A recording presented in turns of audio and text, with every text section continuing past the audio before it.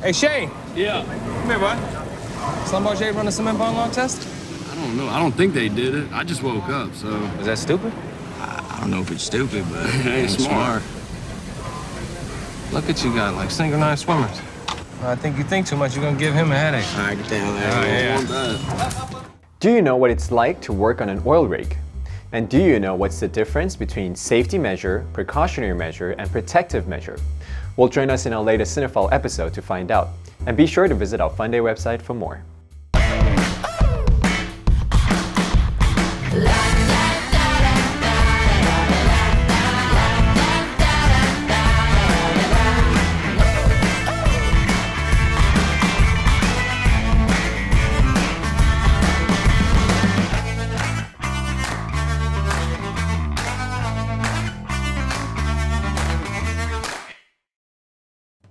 What's up, movie fans? I'm Wade, your Cinephile host.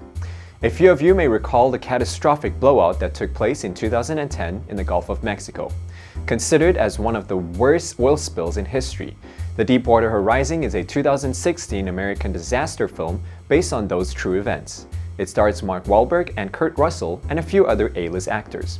The environmental impact that transpired was horrific. However, this film seeks to honor those who put their lives at risk working on those kinds of conditions, and particularly the 11 who lost their lives on the Deepwater Horizon rig. My dad is Mike. He works on a drilling rig that pumps oil out from underneath the ocean. No, the Deepwater doesn't pump a drop of oil, okay, baby? We're the explorers. So my dad and his friends find the oil and then put in all the plumbing so other lamer crews can come in. Don't say lamer. They are lamer. Okay, but listen, even those lamer dudes, they don't have to pump anything, remember? Because they're all wants to come rushing out. On April 20th, 2010, Deepwater Horizon, an oil drilling rig operated by private contractor Transocean, is set to complete drilling off the southern coast of Louisiana on behalf of BP. Chief Electronic Technician Mike Williams and Offshore Installation Manager Mr. Jimmy are surprised to learn that the workers assigned to test the integrity of the recently completed cement work are being sent home early, without conducting a cement bond log, at the assistance of BP manager Donald Verdreen and Robert Kaluza. Mr. Jimmy, frustrated by the situation, gives them a piece of his mind. I'll tell you what we're gonna do now. We're gonna run a negative pressure test before we do anything else. If you really think we need to. I really think we need one, Bob, and so should you. Especially since we got no idea whether this well is stable or not. They begin to conduct the negative pressure test, which gives them a confusing reading, but it indicates the cement has not properly sealed the well from the high-pressure reservoir. Verdreen disputes the test findings and orders a second test. The second test appears to give a good reading, so Verdreen orders the rig to begin removing the drilling mud to prepare the rig to move to its next job. Jason calls Mr. Jimmy to confirm the go-ahead. These guys are all over me. What do you want to do? Zero flow, correct? That's correct, no flow.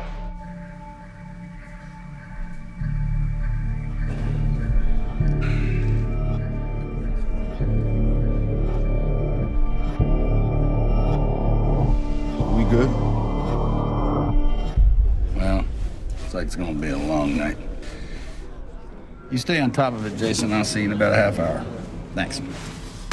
After giving his blessing, Mr. Jimmy heads back to his cabin to grab a shower. At first, the operation appears to go smoothly, but soon, the cement job begins to fail, triggering a massive blowout that overpowers the crew and the structure of the rig, killing multiple drill team members. With oil now spewing into the ocean, an oil-covered pelican flies into a bridge of a nearby vessel, the Damon Bankstern, and dies. After multiple failed attempts to seal the well, a chain of equipment began to malfunction. Adria, the rig's dynamic position operator, witnessing the blowout, immediately tries to alert the Coast Guard, only to be overruled by her superior, Captain Kurt, on the grounds that the rig is not in any imminent danger. But that was all about to change.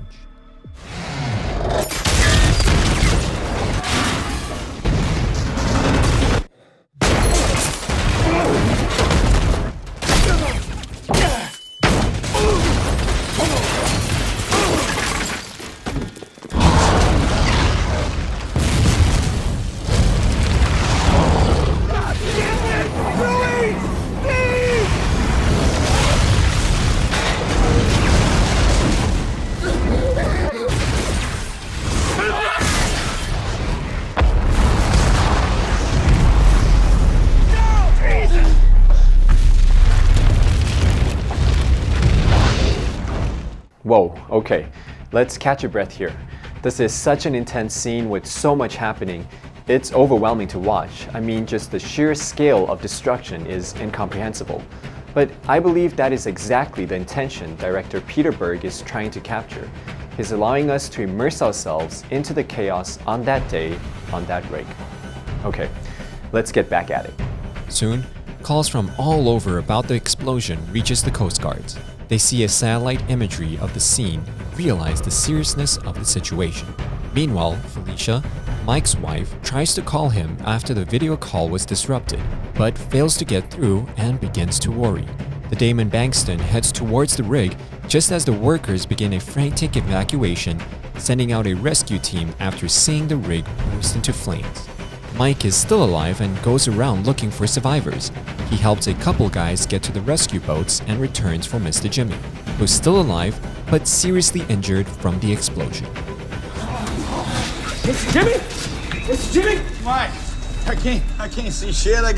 What happened? We blew out Mr. Jimmy. A lot of secondary explosions. All right, we gotta Shit's on fire everywhere. We disconnected. Did we cut the pipe? I don't know, but I don't think so. We need to disconnect, Mike. Help me get to the bridge. Man, come on. As they move towards the bridge, they hear other rig members calling out for help and stop to assist them. In the meantime, Aaron Burkeen, a close friend of Mike's, sacrifices himself to keep a burning crane from collapsing onto the surviving crew members who awaits to escape. They eventually get to the bridge and Mr. Jimmy assumes control of the situation, only to discover that the rig cannot be saved. But they needed to keep the rig stabilized so that the pipe doesn't break. We need to restore power up here. We need to bring the standby generator online. The firefighting pumps? No, we just want to keep this rig on station as long as we can so that pipe doesn't break. That's all we can do. We can't save this rig. All right, then it can't hurt to go try it. I could very much, Mike. It's on the other side of that derrick. I know it. I'm coming with you. What? I'm with you. You sure? I'm with you. Go on, Mike. As night falls and the burning oil lights up the area, the Coast Guard sends out ships and helicopter to rescue the survivors, who are being ferried in the lifeboats to the Damon Bankston. But with all the lifeboats full, Mike locates the emergency life raft where the rest of them jumps in. But it becomes separated from the rig before he and Andrea can board. Mike realizes they need to get to higher ground in order to jump, but Andrea has a panic attack. What do you think the odds of you getting off this rig alive are? If you don't jump with me right now, I'm getting off this rig. You hear me? You want to stay here? You stay here.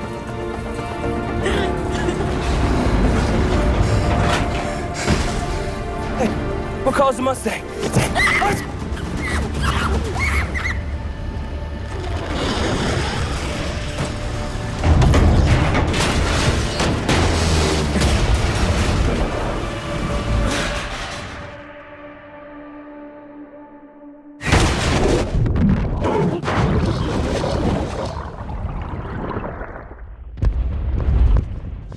The two pop out of the water and are later picked up by rescuers, who then ferry them to the Damon Bankston, where the surviving crew mourn their lost crewmen and say the Lord's Prayer.